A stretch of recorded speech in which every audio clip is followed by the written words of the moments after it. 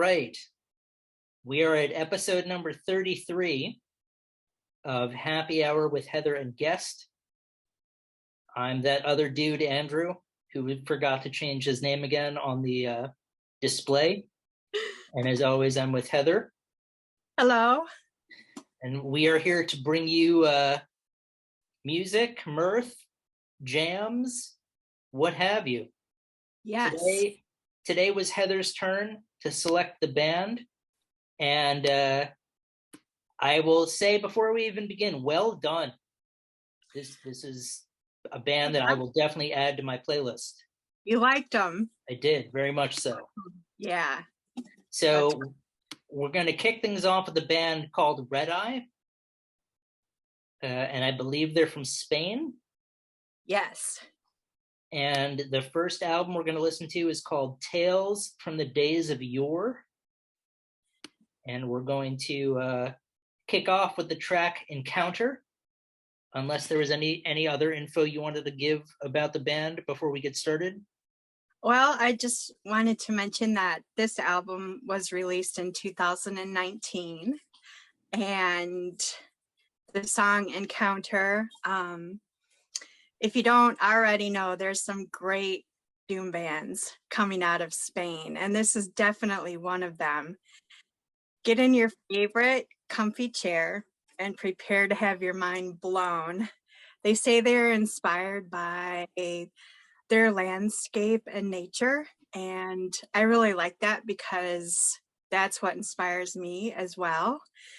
This music really touches me, from the slow doomy riffs to the atmospheric psych. This has everything. Cool.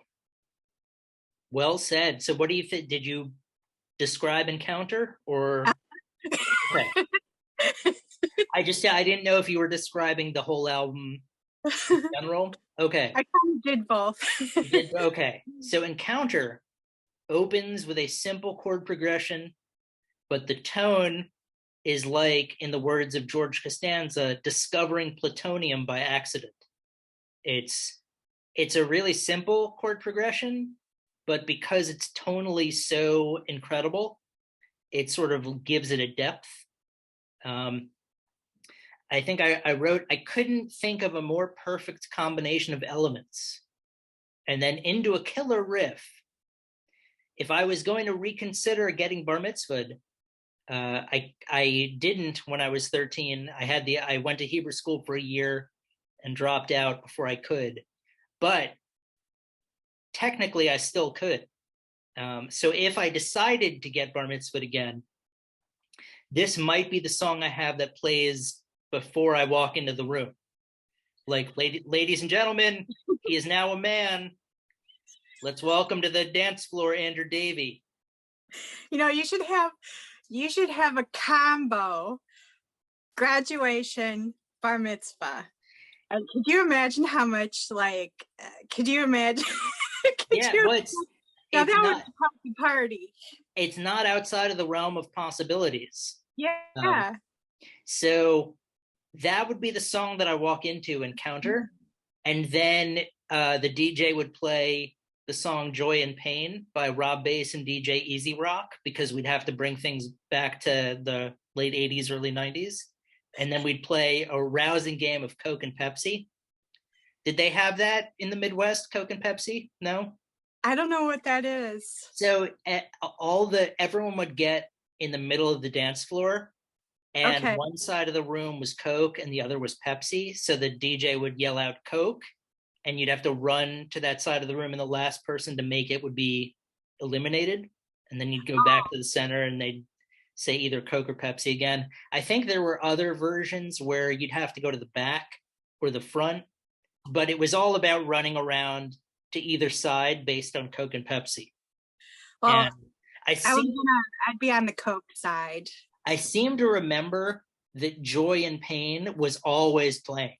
I don't know if that was like the theme song to that game or not. But then I'd be on the Coke side, and I'd probably be one of the first to be eliminated. Well, I mean, when I do have my graduation / bar mitzvah, we'll figure out a game that's good for everyone. But Okay. getting back to Red Eye and Encounter, the vocals are usually, well, I don't know how I'm going to say this or what I'm trying to say. The vocals are perfect for the song. Like, I think if you were to hear these vocals without the music, you may not think like, oh, the singer's not really doing anything phenomenal here.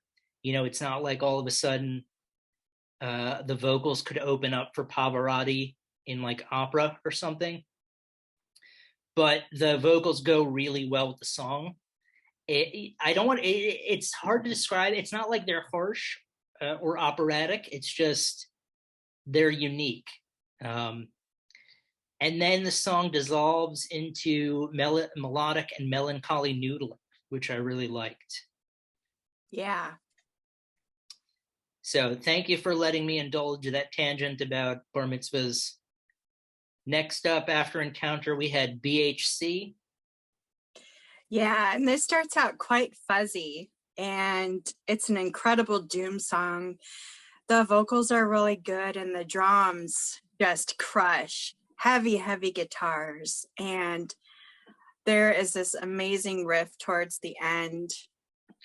Like what you say all the time, it has all the elements that we love. Anyway. Thank you. So are we switching places now? Should I talk about the lyrics? Yes. No, I'm just kidding. So BHC, which I learned later after listening to the song, stands for Black Horse Carriage, which I think is the title. Again, the tone they're able to find with their instruments is incredible. It's like a bulldozer. And it's a similar feeling that I got when I listened to Encounter. Although this one, it's interesting. I don't know if it's a different singer, but it's definitely a different vocal style with some harmonies in there. It's almost like a bluesy sludge doom in a way. It reminded me, so when Manuel Noriega in Panama was holed up, the armed forces had something called Operation Nifty Package, in which they blasted songs to try and get Noriega to surrender. And among some of the songs that they played they ended up playing, I think, a Clash song, Jethro Tull, AC/DC perhaps. I can't believe I'm forgetting the exact songs, but I would play BHC for like 30 seconds, and then I would scratch the record and I would play what's the song? I'd rickroll them, basically. Never Gonna Give You Up. And then they would get really upset. But you have to play BHC first so that they get really excited, like, oh, we're gonna listen to a jam now. And then you scratch the record and you play Never Gonna Give You Up. So that's not to cast aspersions on Never Gonna Give You Up, because I could probably still sing the whole song right now. I'm a fan, but I just wanted to put that out there. Okay, so that was BHC. And then finally we have Waves. Yeah, and I really like this song. The effect on the vocals is really cool. It's got a great tempo, and mid-song it completely changes up. It keeps things interesting. More awesome atmospheric doom with incredible riffs. I put this full album on our YouTube playlist. So the full album is on there. Waves was a song I could see myself being in the pit of like a show. And I wouldn't be like mixing it up in the pit, but I would be down on the floor, like probably on the outskirts. But this song, I could sort of see everybody stopping and singing along. Like there's something anthemic about this song. Like I could see everybody, singing all the words. I definitely had the side head nod going. And then Then the song slows up a little and there's like a nice restrained solo. But I'm glad you put the entire album on our playlist. This album, one of my favorite contemporary albums that we've heard since we've been doing the show, and that says a lot considering the bands that we've had. But I will definitely be adding Tales from the Days of Yore onto my playlist. Oh wow, that's awesome. That's awesome. Yeah. So next up, we were going to listen to The Cycle, which yes, is also from Red Eye. Yeah, and The Cycle was released in 2022, so this is a newer album. Okay, and the first track, I believe it's pronounced Gadarung. And to me, this song is a work of art. It flows from one beautiful part to another. I think this album is meant to be listened to all at once, and I definitely encourage doing that to get the full effect. I like how the song kicks in and gets really heavy, and then it ends with a beautiful guitar melody. Just an incredible song. Yeah, when I looked it up, I think Gadarung, I think is Old English for gathering. And this one, tonally different from the previous album, just as good though. This had more of a psychedelic space rock feel to it. This reminded me of one of the bands I played a few episodes ago, Stonehelm. It sort of sounded a little bit like that. It reminded me of Schwarzenegger as Conan in the fighting pit at the beginning of Conan the Barbarian, when he begins to recognize his sense of worth as he's just dispatching foes. This song reminded me of that. I don't know why, but it was good. Next up, I want to set. So these titles are going to be difficult for me to pronounce, but I want to say it's Borg, Beorg. Yeah, and this song is a great pick, Andrew. It's massive, a lot of song, almost like a song within a song within a song. It's heavy but melodic, and the interlude with the whispers gives it this otherworldly feel. It's like music coming from the depths of your soul. And then the ending with the ferocious drumming and the guitar, it's like, wow, just wow. So Red Eye, if you're looking for pull quotes, we've got two: wow, just wow, and music coming from your soul. Yeah. So feel free to, I would imagine Heather wouldn't mind if you used either of them. I'd be honored. But Borg or Bjorg, I'm not sure. I think it means mountain or hill. And I just wrote, oh, my side head nod. Different tonally, again, from the previous album, but just as solid. Then goes more soft. And then the dam bursts with double kick drums. And now this is obviously not a technical term, but the way the solo was played was like meadly, where it's like meadly. So I can't imagine that Eddie Van Halen or Johann Sebastian Bach would say like, hey, can we get some more meadlies? What's the technical term for that? I don't know. But then again, you're not listening or watching this show for technical terms. I mean, No, not at all. Let's face it. Not at all. So that was my take on Bjorg. And then we have AESCE, which I'm going to say is, I think it means ash. So I'm just going to call it ash. Yeah, this is droney, slow, and doomy. It has sounds like they're coming from space. That's a great thing about this album. There's lots of different styles, lots of different soundscapes, all coming together to form this incredible album. I put the whole album on the YouTube playlist. I highly recommend taking some time and listening to the whole thing front to back, because I think really that's how it's meant to be listened to. It's quite an experience. Absolutely. What's great is that this album, they've definitely broadened into different arenas with their music. Just as great, though, as the previous album in terms of the compositions, but you're going to get a lot more variation on this album. For Ash, I said it's closer tonally to the previous album. There are no vocals. It sounds more like a sound. I think you had mentioned a sound collage. Definitely a little drony in there. I said it was dynamite, electric dynamite.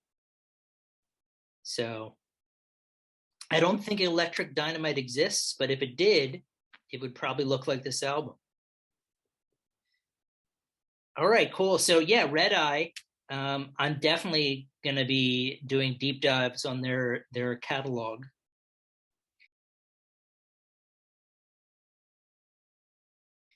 And then next up, we had Farmertan. And are they from Connecticut too? Yeah, okay. Another Connecticut band. Yep. Yeah. Yeah. What do you have to say about Farmertan? Okay, so I listened to their EP from 2021, Rumspringa, I guess it's called. First of all, I love the band name, especially being summer. Now the Farmertans are aplenty. This is great alternative rock. This was a band submission to us, and I love getting these because I never know what to expect. I also probably wouldn't have come across this, so I'm really happy that they sent this to us. I really like the song Life on Vinyl. The vocals are really nice, and I really like the guitar.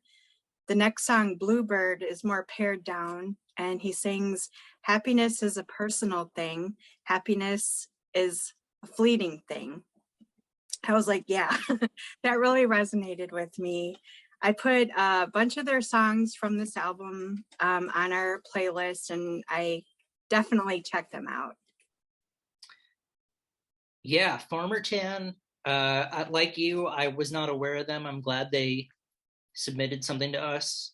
As much as I enjoy doing the spelunking down YouTube, sometimes they're just bands I never would have seen otherwise. I know Rumspringa is the name of the holiday. If you're Amish and you choose to leave the life, Rumspringa is when you're allowed to sort of leave, the leave them behind. Try, you can try drinking and smoking and electricity and all those things, and then you can make a choice to go back or to just leave for good. But I believe that process is called Rumspringa. So Farmertan, I feel like they are sort of the gap. Like as grunge kind of stayed around, but then evolved a little bit, and you began to have garage rock. Like I feel like Farmertan sort of straddles. Like I could see them sort of being in the grunge and garage rock and sort of not lo-fi really, but like that. If you were to make me a mixtape, that's the generation I'm from. But if you were to make me a mixtape and you were to include Farmertan along with like, the White Stripes or the Black Keys or even Nirvana or things like that. Nirvana. Yeah. I wouldn't bat an eyelash. I'd be like, oh yeah, that makes sense. Yeah. So if you're looking for contemporary music of that ilk that could sort of be played at any time between 1990 and 2022, and it's good, good rock and music, then definitely check out Farmertan. I also listened to Rumspringa, but it seemed like they had a bunch of other albums available. So I will be perusing their catalog as well, probably as I do my Red Eye deep dive. And